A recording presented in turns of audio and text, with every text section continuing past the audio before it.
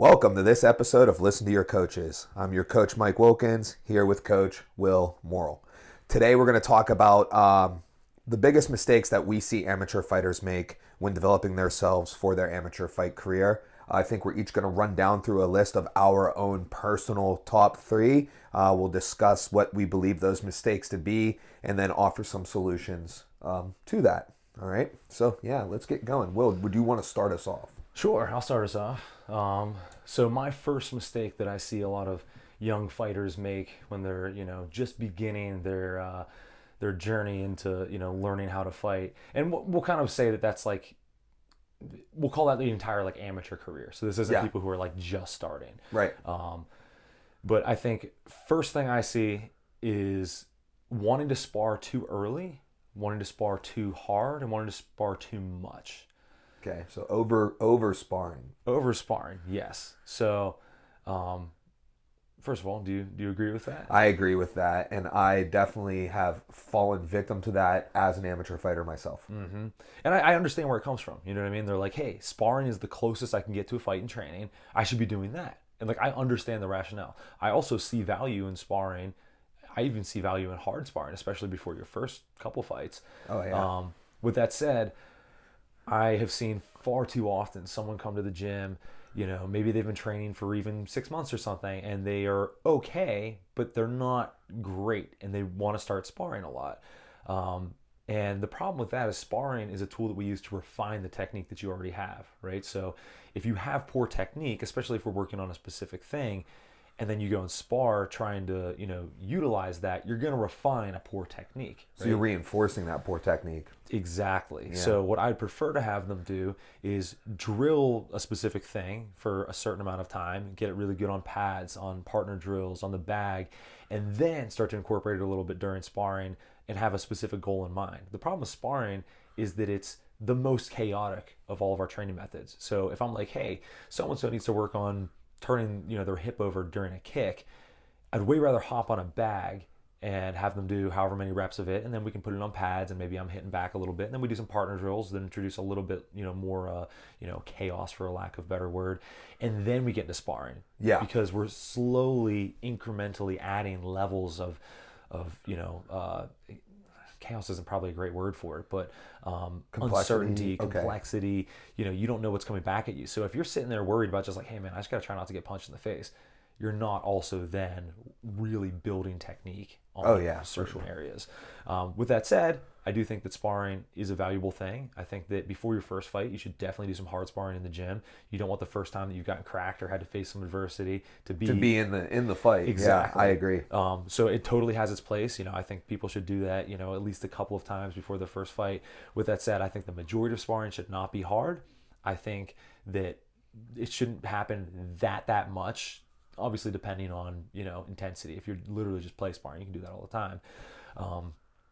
I think young fighters get stuck in that. They want to spar very early. They want to spar hard. Yeah. And they want to spar often.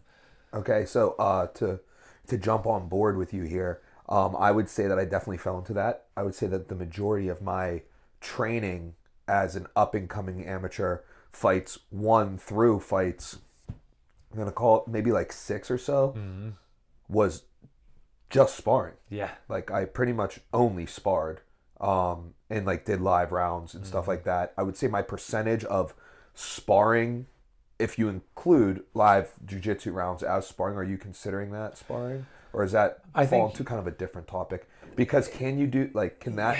It's related. So again, you probably have, better thoughts on this than I do. I think obviously if you roll too early as a white belt, same thing. You're going to refine poor habits, right?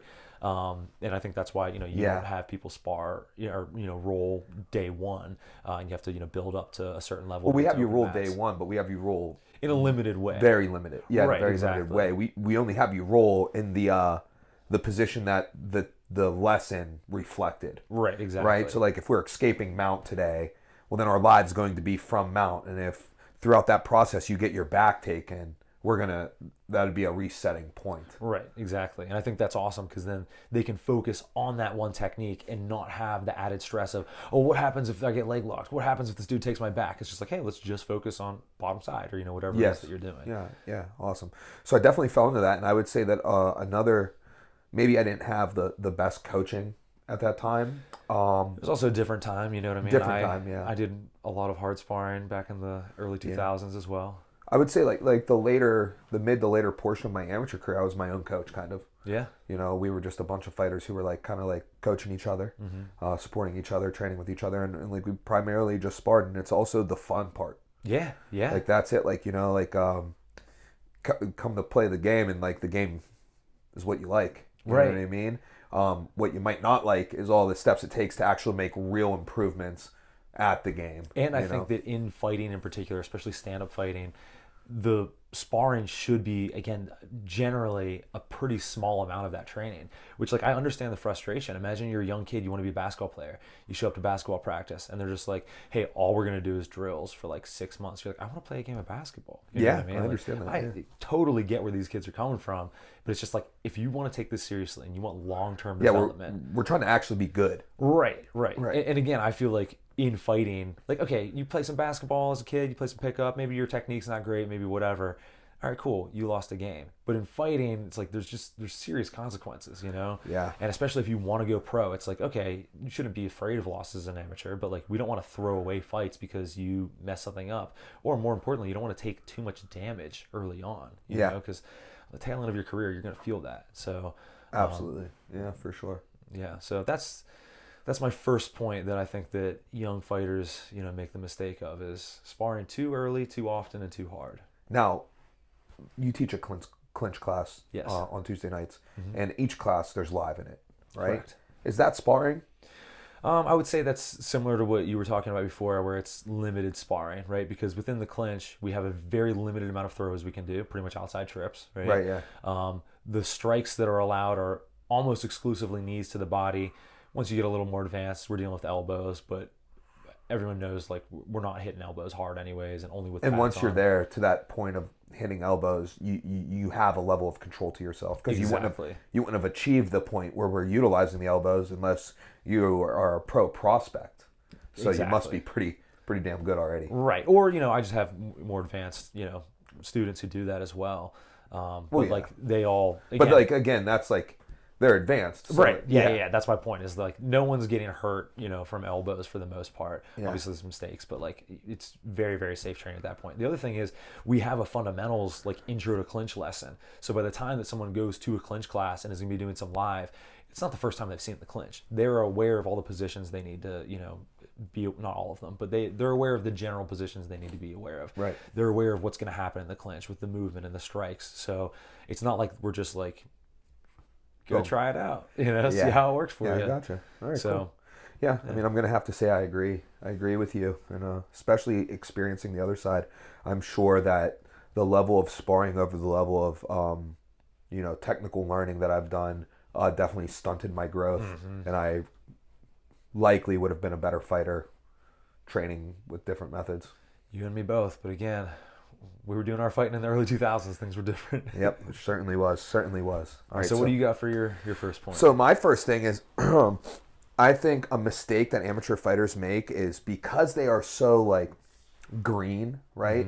And they all, even if they're good in a certain area, like, oh, I came in with a wrestling background, or I came in with a boxing background, or I came in, I'm already like a purple belt in jiu-jitsu, or like, like something like where you're like, man, I'm already good in an area, is they still try to learn too much at once. Yeah. You know what I mean? Yeah. Like, you're trying to digest too many different things at once, right? You got to segment your learning, all right? Because you're not going to be able to be like, hey, I want to, accomplish this certain level of striking, get good at this certain methods of striking, you know what I mean? Whether it be, A, B, or C. And then also, I want my offensive takedowns to be real good, and I want to work on my cage wrestling defense. Right. Right? Like, you're not going to, like, you're throwing too much at yourself, and you're not going to really digest and understand what you need to understand. You should segment that out. You should allot times for yourself. Be like, hey, for X amount of time, this is where my focus is going to be. This is where my private focus is going to be. You know, a class may take you in a different direction. Yeah. Right. It's like, okay, if I'm like, hey, Will, dude, I'm working on cage defense. I want to really, like, you know, control that clinch when my back's against the cage and get myself off the cage, right?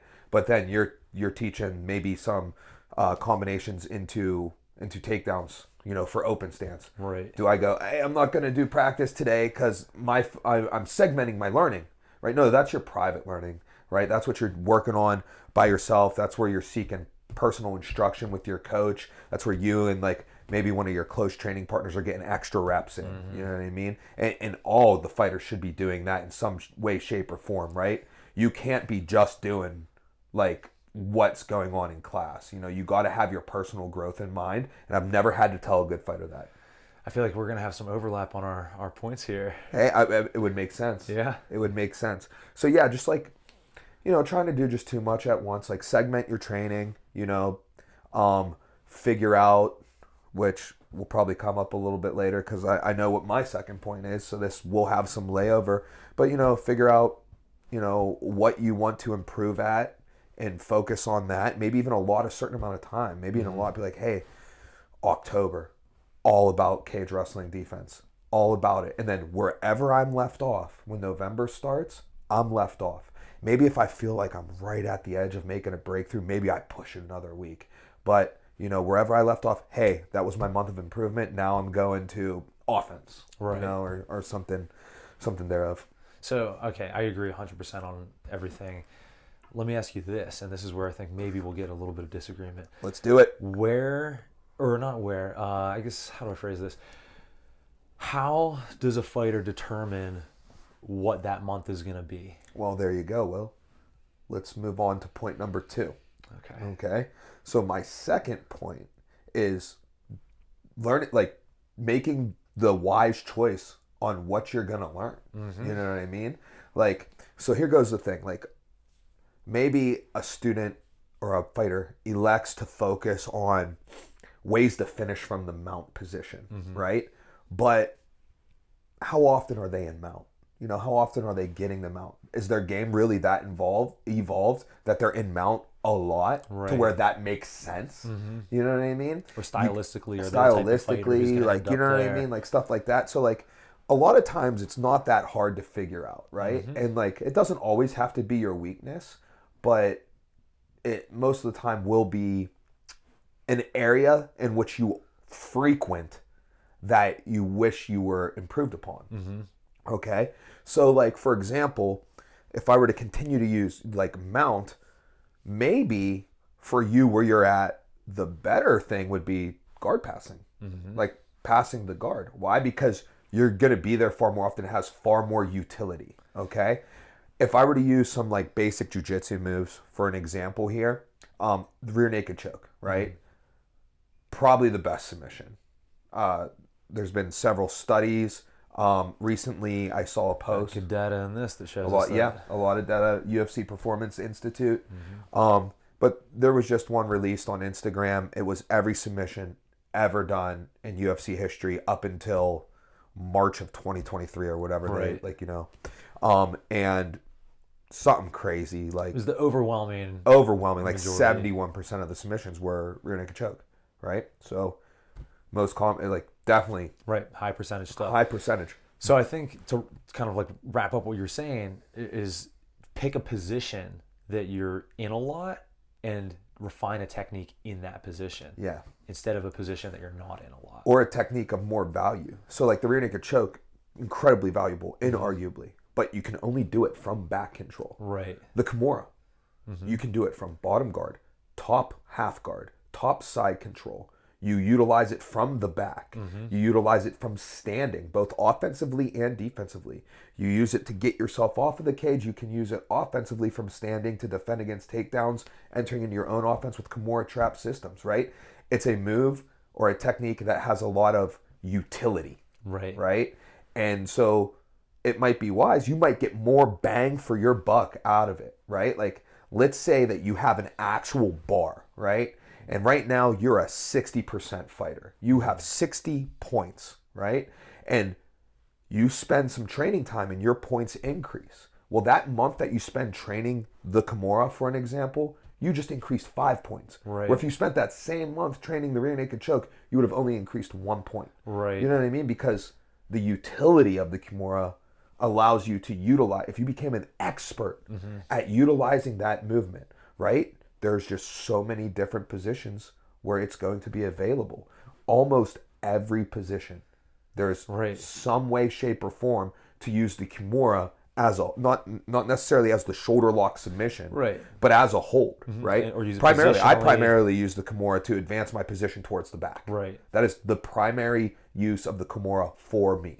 All right, is an advancement towards the back. I would say 80% of my Kimura attempts, that is actually the goal of it. Right. You know, so therefore you're seeing some utility, a higher level of utility. I think that makes something like that. Ton of sense. Yeah. And you see the same thing in striking. You know, like if some young fighter is like, "Hey, coach, can you show me how to do a tornado kick?" I'd be like, "But what if we just worked on your jab?" You know? Yeah. And it's like we're gonna be able to use this jab, like you said, from a lot of different positions. You know, whether we're open, we're closed, different ranges, different levels. The jab's still there. Whereas a tornado kick, it's pretty much only when someone's moving away from you and not that good. You know? Yeah, so, for sure. Yeah, I think that's super valuable. The only other thing I was going to touch on kind of with your last point, these are all connected, is I think that at a certain level, you know, we'll say at least pro level, I think there should be some degree of what interests you. So like if you're like, hey man, you know, this week or this month, I've just been really digging kickboxing and specifically, I don't know, teeps. Cool. Let's dive into that. However, when you have, you know, an amateur fighter and there's more glaring holes and things that like, hey, you're not getting to the back ever. Like, let's work on back takes. Yeah. That's where I think that's a little bit more important. Yeah. But again, to wrap up kind of what I think your second point is to focus your energy into high percentage techniques, or at the very least, things that are going to give you a significant ROI. Yeah, that's it. The ROI. Yeah. The ROI, you hit the nail on the head with the ROI. Like, that's it. You want your best return on investment, right? Because we're trying to get as good as we can, as efficiently as we can, as quickly as we can. So you want the highest return on investment, and likely that's going to be you going after the low-hanging fruit, right? If I'm going to use all this effort to get this one apple at the top of the tree, when I could have had 12 apples that were just hanging on the bottom for far less effort, I need to gather those apples, and then once I've acquired those, now you know, all that's left for me to get is that one up there. Exactly. You know what I mean? Now it's time to put in that exponentially higher level of work for something that has a low return on investment, because that's the only return I'm going to get, you know? So that's the point that I'm trying to get across. Is like picking the thing that's going to give you the best return on the investment. Yeah, so you shouldn't be doing Imanari rolls to heel hooks when your back takes to rear naked choke suck. Yeah, no, not in the least. Not in the least. I think that's a good point. Yeah. So what did you have for your second point? For my second point, I would say a big mistake I see fighters making is not living the lifestyle, right? Which, again, this can mean different things, but I will say living the lifestyle, my definition is going to be living your lifestyle in such a way that it significantly impacts your ability to progress as a fighter. Okay, so you know, whether that's not sleeping enough, not paying attention to your nutrition and hydration, partying too much, you know, just like not showing up enough, not setting up your life in a way to where training is your top priority. Because you know, I know when you're 20 years old, it feels like, hey, you know, training's important, but oh, so is this and this and this. And yet all those things that we thought were important when we were 20 and fighting, like now that we're in our 30s, like what do you think about those other outside things? Like, do they matter? No, but I think I'm a bad person for that, because they didn't matter to me then either. That's a good point. You were a great example of someone who did live the life, and you structured your life around training. Now there's areas I could have done better. For sure. But like, as far as like a lot of outside factors did not influence me, and just like basically the structure of my life to put myself in a position that allowed me to give full effort, you know? Now, was full effort always given? Maybe not. Was like all the right decisions made, particularly in diet? Definitely not. But I did align myself with the opportunity, the best opportunity I could to succeed. Right. You know what I mean? Like, And also, I think yeah. there's a certain amount of like rigidness within your lifestyle that becomes bad. You know what I mean? So like for you specifically, maybe had we have like forced you to have like a different diet, you would have just hated things and like tried to avoid training or whatever. You know what I mean? So like I don't think you have to hit 100% of all the boxes. But if there's a glaring hole, if it's like, hey, I never sleep more than 5 hours a night. It's like, hey, like we have to address that before anything else, because you show up to practice, you're retaining such a small percentage of what's being taught that it's not going to matter. Yeah, you sleeping 8 hours a night, you're getting more out of one practice than you sleeping 5 hours a night is getting out of 1 week. Exactly. So now we're back to return on investment. Boom. There we go. These are all connected. And it could be something as simple as not scrolling on your phone at night. Right. Like making it, like putting it on the table. Yeah, for sure. Yeah, Or, things like that. Regimenting your way in whatever. Choosing not to get off the video game a little earlier. Exactly. And it might be, again, lifestyle things. It might be, like I said, the big things are going to be sleep, nutrition and hydration, and partying, and then also like structuring your life around your training. And again, none of these things like you need to overthink. Just ask yourself like, hey, am I usually getting 8 hours of sleep? I'm not saying one night a week, hey, you want to stay up late with the boys, play video games, or you're going out with your girl or whatever it might be. Like, sure, you don't have to live like a monk all the time. But are you generally sleeping well? Are you generally getting enough water? Are you one of those people who's like, I haven't had water in, all day. Yeah. Like, then you need to get something in place. Are you hitting your protein goals? Are you gaining or losing weight? Like, it's not difficult to know if you're roughly on track. You know what I mean? Like, am I partying 3 nights a week every weekend? All right, that's too much. Again, I'm not telling these young kids, like, hey, don't go out and party, don't enjoy your life at all. But keep it in check and ask yourself, like, what is actually my top priority? And make sure your lifestyle reflects that. I'm going to have to piggyback on with you, I'm sitting here listening to you talk about this, and I'm starting to think, I've got my third point down, right? I'm starting to think about changing it, But instead of changing it, I think I'm just going to jump on your second point, keeping your weight within striking distance. If you want to be one of those fighters who gets absurdly overweight between fights, right? First, it's going to have negative impacts on you long term. We all know that. That's not even an argument. Nobody's going to disagree with that. Secondly, right, it takes away from your fight camp. Now your fight camp is primarily about you getting your weight off instead of you improving in the areas. What's a fight camp for? It's for you to like improve in the areas that are going to most benefit this fight, right? That's where the whole ROI thing comes into play here too, but it's like, it becomes easier to decide what you need to do, right? When you're trying to look for that ROI, when you're trying to develop yourself as a whole, right, outside of camp, it's harder to decide because there's so many options. Like, should my guard passing, maybe my back takes, maybe my clinch, maybe my kicks, all types of things. You're like, man, if I be honest with myself, I could get better at everything. I'm not great at anything. Like, I could improve at everything. Which do I want to improve at? You get a fight, and your opponent has certain characteristics, and now it helps you decide. It's like, man, dude, I was on the fence about choosing like cage wrestling defense or back takes, and this dude takes everyone down on the cage. I guess my choice is made for me. Exactly. Right? I'm going to put my focus there. So instead of having that focus there and developing in that aspect, in that space, you're worried about making sure you got a good enough workout in to get your weight to start coming down, So that's a problem. Also, the inability to take short notice fights. That's huge in this sport. And we're talking about an amateur. Yeah. We're talking about amateur. So there's no shot. You're at a level where the ability to take a short notice fight is not beneficial to you. When you're at that level, when you got higher than I did, you have to be a staple in a major organization, right? Like even the pros who are like on the cusp of making it to the UFC, to PFL/Bellator, to ONE, those organizations, until they're in it, like your chance is honestly likely going to come on short notice. You know what I mean? It's a high likelihood that it's going to come on short notice. So you got to be there to take that shot, right? 100%. The best ability is availability. And then it'll hurt you hard if you can't take that shot that might have been your only shot because you didn't keep your weight in striking range. Exactly. And like you touched on, all good points. Even if you do have a 12-week camp, if that 12 weeks is all focused on losing 30 pounds, what are you doing to prepare for this specific person? And now, like you said, we can't put that energy into those ROI things, high ROI things. So again, like, you know, you're fighting a dude who, oh, hey, this guy was a multiple time Muay Thai world champ and I'm about to fight him in MMA. Okay, he just finished his last 3 opponents via switch kick. Hey man, you don't get to, you know, work on your switch kick defense because we just need you to lose weight. Like, that's not a good place to be in. So that's, I mean, dude, that's gold right there. That's a 2B. Dude, I mean, that's really where it's at. Like, and if you're really trying to make it, like, that's the big thing, you know.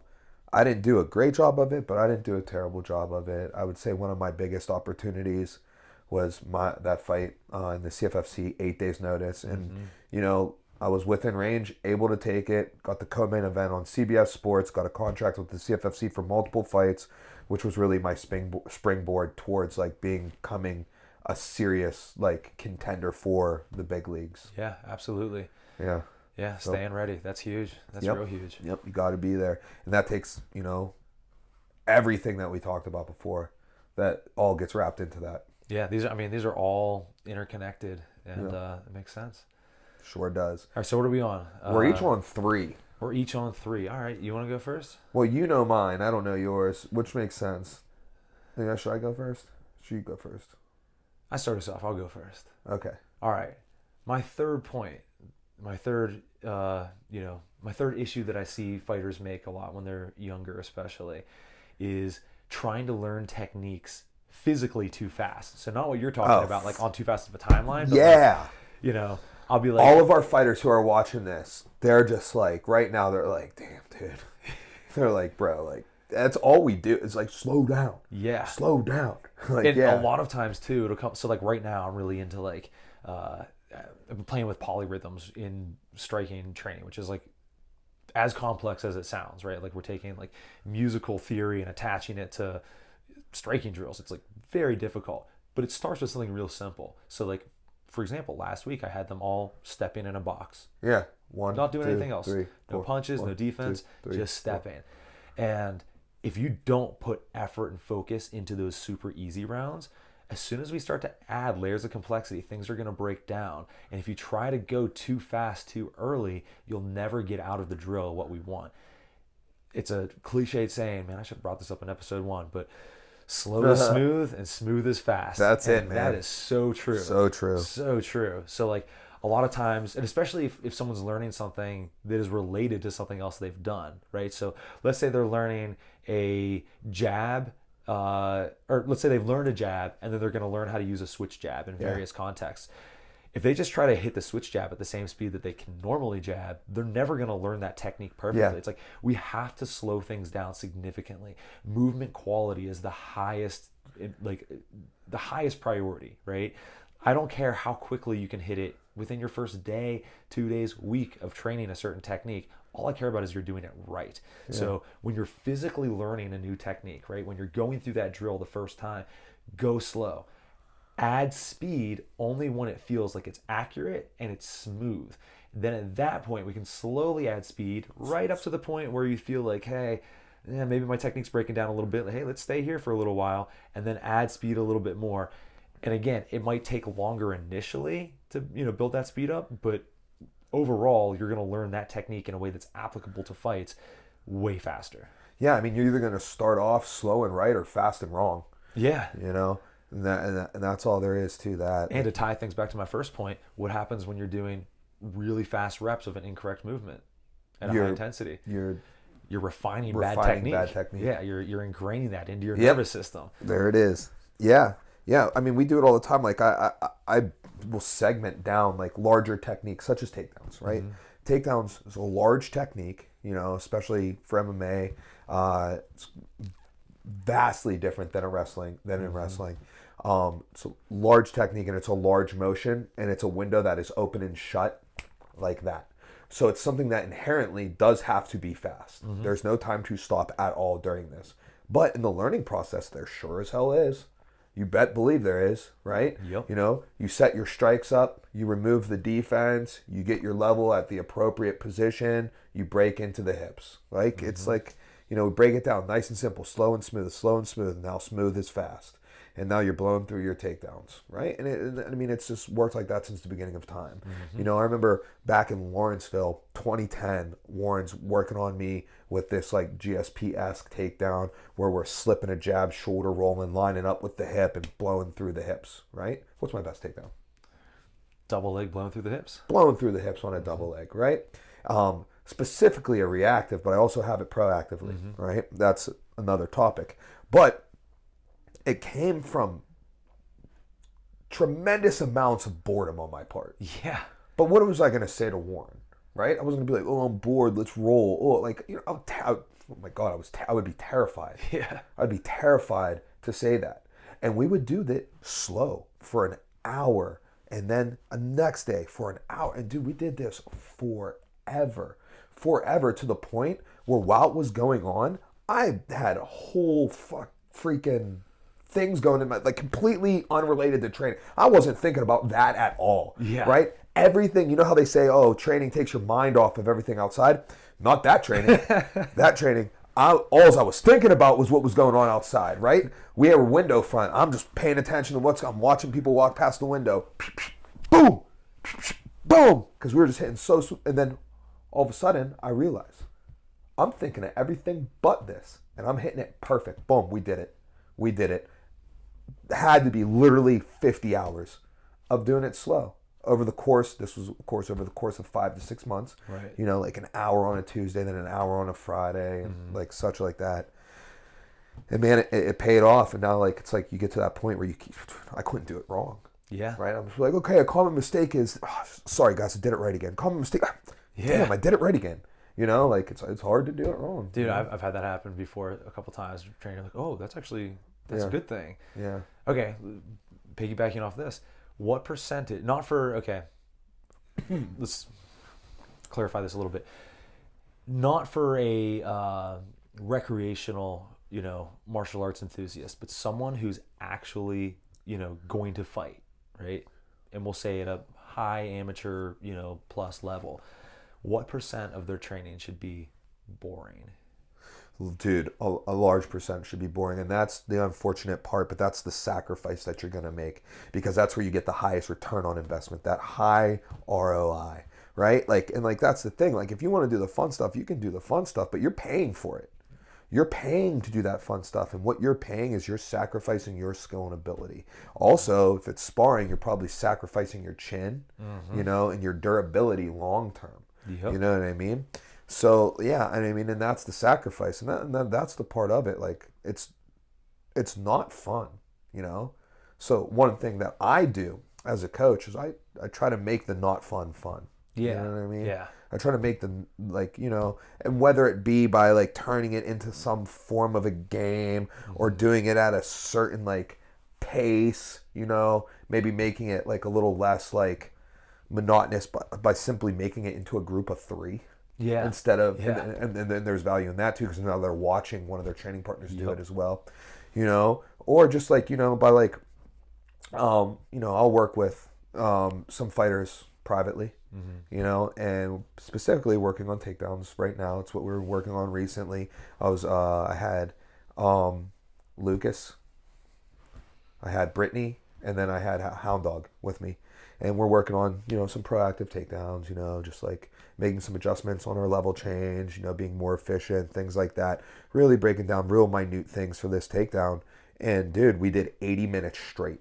80 minutes straight. And afterwards, like, can you guys believe we did 80 minutes? Like, oh, it didn't feel that bad. Da, da, da. It's the most boring thing ever. But like, we're joking around. Lucas just posted a clip of it of one of the it was just it's just a drill, and like he's just like slamming Hound Dog, right, and stuff. But like, so just trying to make that monotonous less monotonous, you know, and it makes it a little easier to do it. But here's the thing: it could have been the most boring shit in the world. Those 3 would have done it. They would have sat there and done it. Now, why would they have done it? Would they have done it because they know it's the right thing? I think so. I think that's why they would have done it. Is there an element of they're scared to say no to me? Yeah, and that's helpful. Totally. That's helpful. You're the coach as well, for the reason, right? Like that. Like, it's just a helpful thing, and I've had that my whole life. You know, I've been afraid of not afraid of my coaches. A healthy respect. A healthy respect, maybe afraid to disappoint.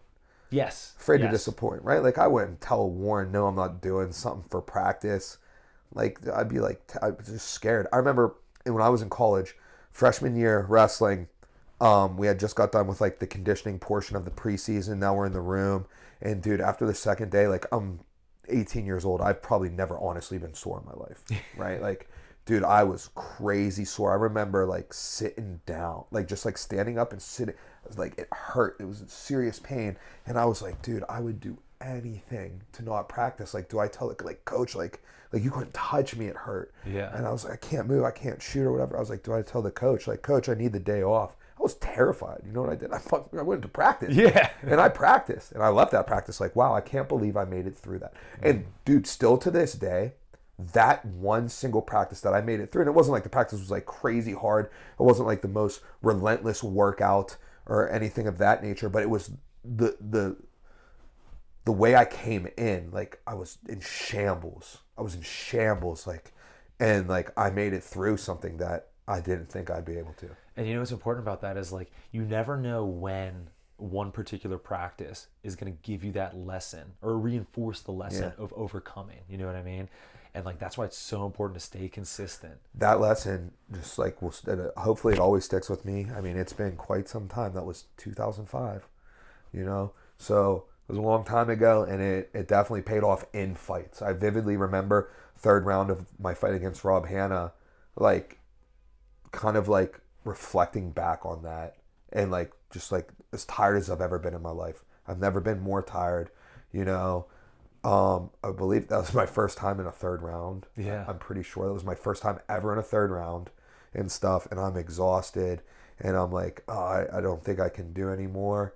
And just like being like, just do it. Like, you know, you're as tired as you're gonna get. Like if you like, and I was shooting double. I'm like, I'm gonna shoot a double, right? I ran an open stance head inside bar scar double, and I was like, just go. And I'm like, yeah, thinking to myself like, if I fall over, like dead tired, then that's how I lose. But like, I'm not gonna lose standing here not doing it. Yep. You know, and it all comes back to dude. Not only I hit like two that round. I was like, boom. Yeah. I hit that one. All of a sudden, I was like, whoa. I was like, dang, okay, let's go, boom. And it all came back to a practice in 2005. And this fight was in 2015. Mm-hmm. Yeah, so. Dude, that's awesome. Real quick, I want to piggyback on this. There's a point that I thought about when you're talking about like making the monotonous fun. And something where I see that a lot, I think, is like actual training, like high level, stadium level Muay Thai in Thailand, right? Like, what does their training consist of? It's running, it's shadow boxing, it's cracking pads, it's very, very playful sparring, clinching, and, you know, like heavy bag work, right? And what techniques are they throwing? It's like mostly round kicks to the body, some super basic boxing, pretty basic defense. Like there's not a whole lot that goes into it. They're just doing the same thing over and over. Like the amount of kicks you throw is insane. But that's why people go to Thailand to get better at kicking, because you're going to throw an insane amount of kicks. We have those repetitions that we talked about, those boring reps. But they're constantly joking, having fun. You know what I mean? Maybe they're making fun of you, but that's hilarious as well. You know what I mean? Like, and they're making the training environment fun enough to where you can get through a 3-hour practice where you threw, you know, hundreds and hundreds of kicks, and you know, that's how you get good at that specific thing. That's it. There you go. Good stuff. All right, I think we got one more point from you, correct? One more point. It's my last point, and this is probably the biggest thing, you know, for amateur fighters, professional fighters, hobbyists, fans, enthusiasts, all alike. You got to listen to your coaches. You got to listen to your coaches. Listen, your coaches are your coaches for a reason. You bought in. You believe they know what they're talking about. You believe they have your best interests at heart. You believe that they have the skills and the abilities to take what you are and make what you are better and drive you towards your goals. Listen to them, believe in them. They have the answers, right? Now, I'm not saying that you know, maybe they might give you some advice that there could have been better advice. For example, maybe they advise you, you're like, coach, you know, what do you think I should be working on this month? Like, blah.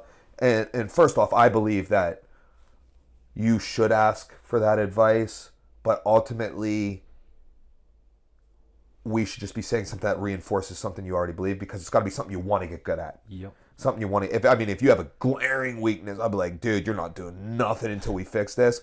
But I want you to be excited about it too. So I kind of want you to select what you're working on, what your block is, that segment's going to be. But you know what I mean? And so like you might ask your coach, and then like maybe takedown defense would have had a higher ROI, but for some reason they thought takedown offense was what you should have done this month. Whatever, you're going to get better, And if you're in a position, if you're in a place where you don't trust your coach, where you don't believe that your coach can make you better, leave. Then that shouldn't be your coach. You're doing a disservice to yourself. You're doing a disservice to your coach, because your coach is also investing a great deal of time, effort, and energy into you as well. In a moment like that, you should leave. Definitely. You should seek somewhere else. And that doesn't necessarily mean that you're a bad athlete or they're a bad coach. Some people could just be don't that click, you didn't click. Could be that you didn't click. Like their style or whatever it is. And didn't align. Their totally teaching fine. could be their teaching style, could be their fighting style, and things like that. That's one thing that I like to think that we do well is I like to believe that I am capable and getting better every day of coaching every style. Definitely. And I feel like I have some proof in that. Namely in the jiu-jitsu side. I have athletes who are, my highest level athlete is vastly different than me. Yeah. Like complete opposite, so, and that's probably someone I would hang my hat on right now for being my most successful athlete, thus far. Shout out to Christian. Shout out Christian. Yeah. So you got to listen to your coaches. Let our hindsight be your foresight. Man, I really like what you're saying about allowing. I think that's a sign of a good coach, is like developing different types of styles. And that's something that it took me a couple years to like really figure out. But I think over the past 5 to 8 years, I've done a pretty good job of, is like giving everyone the tools to, be able to have different styles, and then give them, so, kind of how we like to break things up into, techniques and concepts and everything. Everyone should have as many techniques at their disposal as possible, and then fully understand the concepts, which will allow them to develop their style. Yeah. And their style doesn't need to be like mine. Doesn't. And again, look through our fighters, ask them, how many of our fighters stand-up wise fight like me? What would you say? I would say Brody? to a degree Brody, but Brody's way better than me, and he's probably more aggressive than I am, and he's similar but better. Who else? I don't know. Is that it? To a degree Lucas. Okay, I could see that. But after that, yeah, no, everybody's got a little. Ty bit doesn't of fight style. like me. No. Tim doesn't fight like me. Nope. Go through our list. Yeah. Brittany, like everyone, and I'm very proud of that. Yeah. That's great. That's great, and I like that because, that's important. Like for you as a coach to be able to help different people's, because one shoe doesn't fit all. Yeah. So if everyone's just a little clone of me, they're not going to be that good. Yeah. All right, cool. So I think we gave some really good, advice, had some really good points. Hopefully that the fighters can learn from. Hopefully some insight. Even those of you who aren't fighters, you can apply this. Apply this to your jiu-jitsu training, to your Muay Thai training, regardless of your goals, right? Because in the end of it, everything that we just said was for you to reach, to as efficiently reach your potential as quickly as possible. Mm-hmm. You can reach your potential just as well doing it different ways than we said, but we believe this is the fastest route there. This is the fastest, most efficient route there. Mm-hmm. So regardless of what your goals are in combat sports, you could probably take away from all those points. I agree. Any final words? I think that pretty much sums it up, wraps it up. So another great episode of Listen to Your Coaches, and we'll see you next time. Hold on. I got one last thing. Oh, no. I got a little secret prediction. Okay. You guys heard it here first. Leon Edwards is going to fight Colby from an orthodox stance. So he's primarily a southpaw? He's usually southpaw, but I think he's going to primarily fight Colby from orthodox. Do you care to indulge us on why you think that, or do you prefer to leave it? Let's leave it. All right, we'll leave it. That, All right. and shout out to my wife for helping us set up the background. Looks good.